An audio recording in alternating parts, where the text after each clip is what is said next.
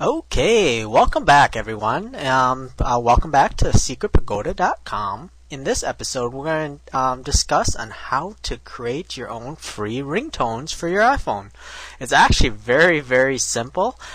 This is for Windows users. Looks like the Mac users have a simple program out there already, but for Windows users, it's very simple. It does take a few extra steps.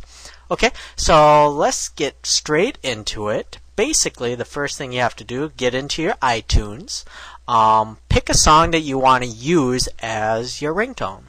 So once you picked it, one thing I would suggest is just typing it up here. I'm going to use Adam here, Lambert, or what you want from me, because the songs that you already have in iTunes, it does have to be DRM free, which means it's once all the new songs now, if you have purchased any songs from iTunes, they're basically DRM free. The older ones where you only were allowed to use the songs on so many computers, those have licenses on them, and unfortunately you can't use those songs. But as long as they're new, you shouldn't have any issues, or you ripped them directly from your CDs. That shouldn't be any issues either. But first things first, find a song that you like. It does have to be at least 30 seconds long. It can be less, it just repeats itself then, but no longer than 30 seconds. And let's start. So I'm going to pick this one from Adam Lambert. Right click on it, go to Get Info. Once you get into the Get Info screen, this screen will show up. Make sure you hit the Options screen. And this is where you can do the start and stop of the song. So you know it's going to be 30 seconds long or less, right? I kind of estimated, let's see here, what is it going to be?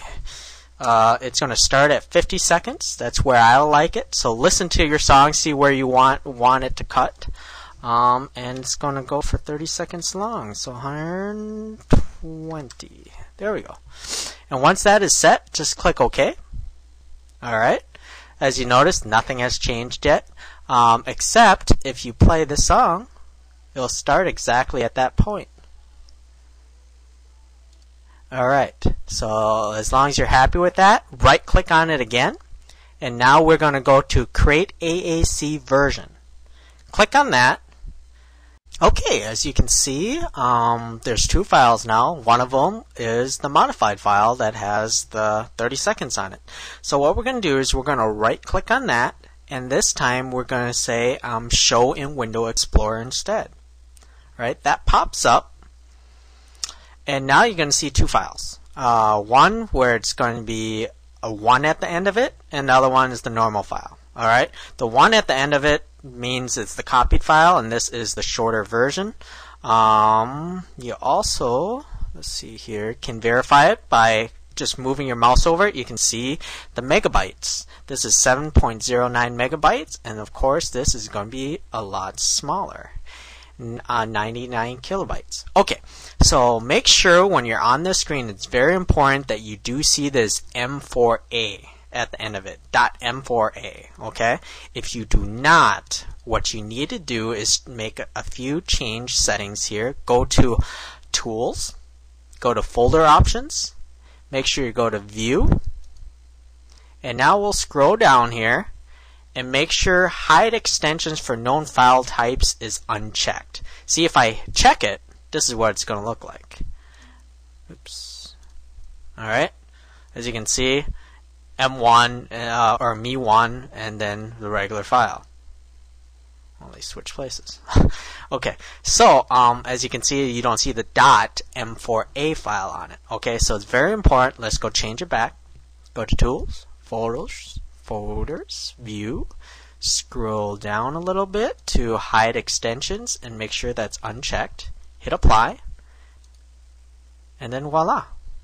Oh wait. Move back. Alright, so .m4a. See, this is the crucial point. Click on it. Basically, you click it once, then click it again. Not a quick double tap, just or you can right click on it and hit rename. That might be easier. And now make sure, now I always hit the right arrow key as soon as you're in the screen so it unhighlights everything.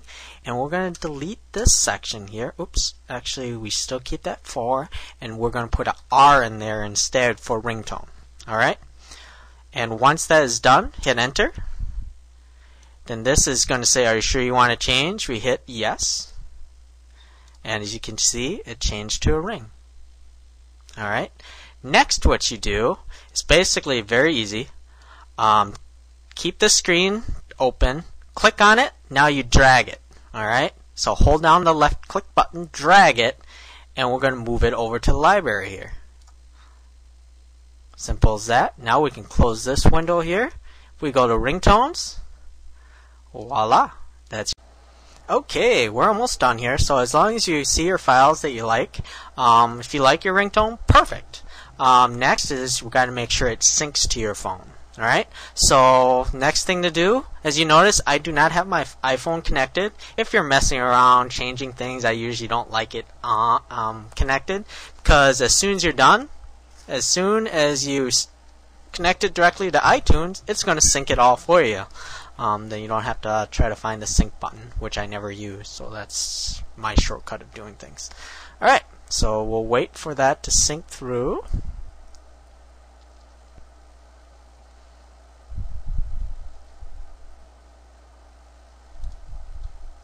Perfect, it's all done syncing. Once that's all done syncing, you can double check. Wait a second, where's my iPhone? Oops, devices, hiding on me. Okay, so just double check that it is synced. You can click on your iPhone icon there. Make sure you go to ringtones here, and make sure that this check mark is checked.